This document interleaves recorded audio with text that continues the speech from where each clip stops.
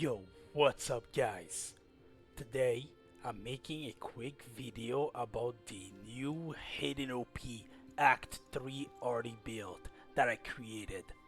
Now, this build is specifically for the progging of Act 3, and you're gonna be wondering, well, usually what happens is that when you make a prog build, it's actually weaker. It does less damage because you focus on like more utility based like setup, but it is actually not the case.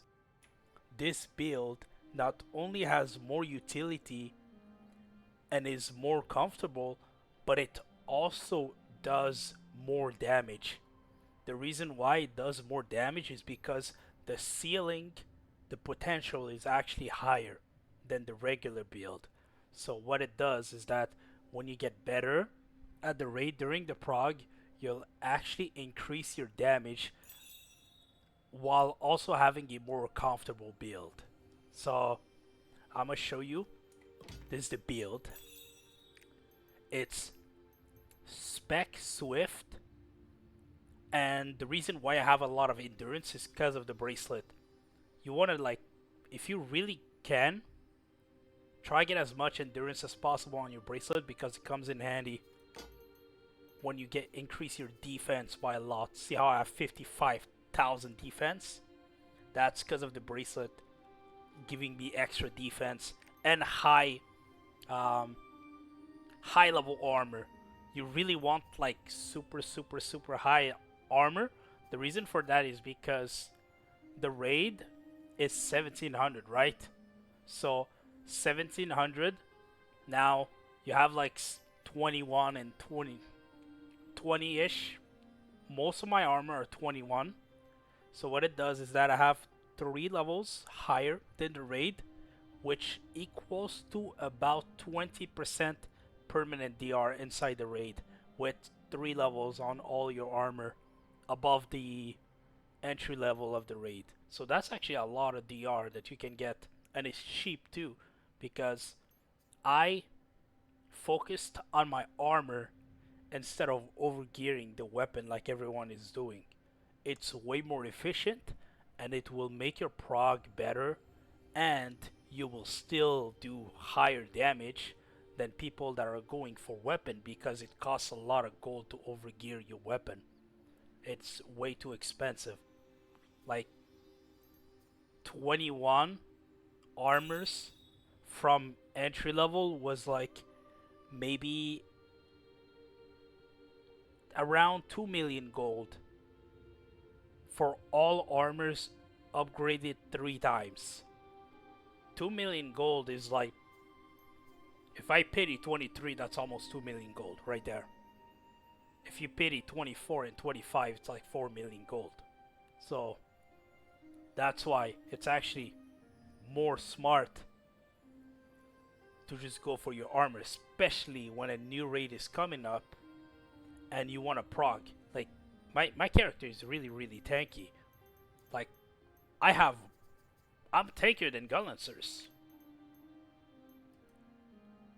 Like, let's see it, like giga juiced up gun lancer. There's this guy that's literally capped. Let's just go for him. So this guy is like fully jacked gun lancer, and I think I have a bit less HP than him. The reason why I have more HP is because I have a feast on, but I'm like really close to his HP, and he is a gun lancer with capped gear. The reason for that is because I did something really underrated on my accessories, and what I did is that I went for fully min-max accessories. People just focus on the damage lines and then that's it. I used a lot of brain capacity on the market, and I made sure that I get the highest amount of value for my accessories. So all my accessories have triple lines. They have the weapon power, the attack power, and the max HP. Every single one of them. Every single one of them has it, no exception. What it does is that it gave me a lot of extra HP because people don't like when they sell it on the market, they see max HP, they think it's useless. And then like you just snipe it and you get a really strong character for the proc. So this is the build, and I'll show you a parse with a spec swift just so that you see that it actually is a strong build. The engraving is literally free to play friendly. It's all out attack, which is cheap, and free adren, and no other relics. The gems is also free to play friendly. It's 7s and 8s, 1, 9, and then I'm doing the higher level on energy field cooldown. The reason for that is because this is your most important spell, and I want the cooldown to be as low as I possibly can. So this is the build. Finalized. Engravings. Simulating yearning, whatever the support thing is now, and also simulating support buffs, and that's it. This is my Ark passive. I'm not even have full this. I have 25 on this. I'm simulating that we have during Prague we'll have the enlightenment potion, and 21 here, still almost nothing, just completely normal gear, very free to play friendly gear, and this is the parse. I will use Hyper Awakening because everyone does it. So if I don't use Hyper Awakening, then people are not impressed because everyone else is using Hyper Awakening and they have way better parses because of it. So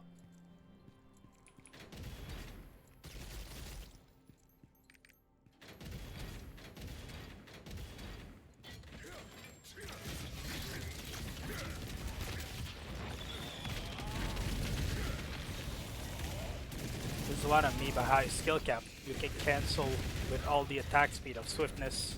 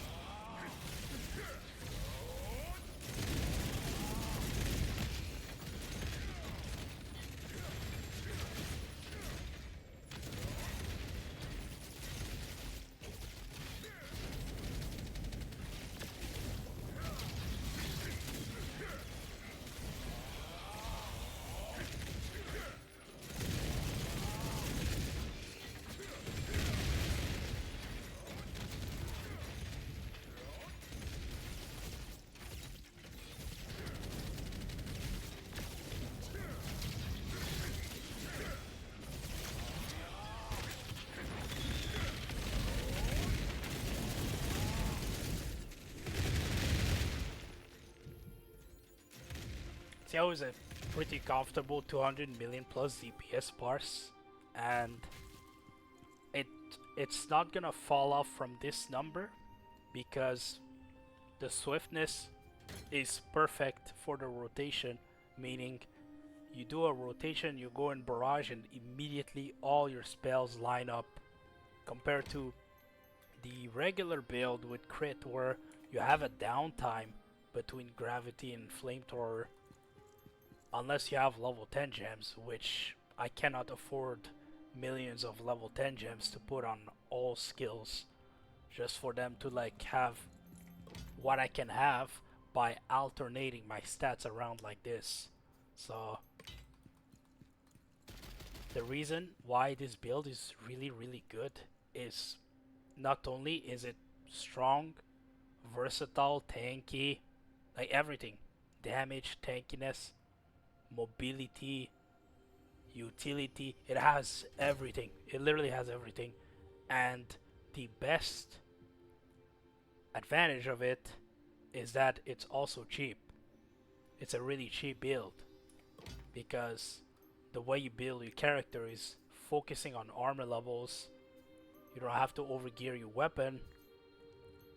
For the accessories, you can just mid and focus on sniping high HP accessories to make yourself tankier, and then that's it. Like, it's just a perfect build. So this is what I'm gonna run in the Kazeros Act 3 race, and thanks for watching and catch you guys next video.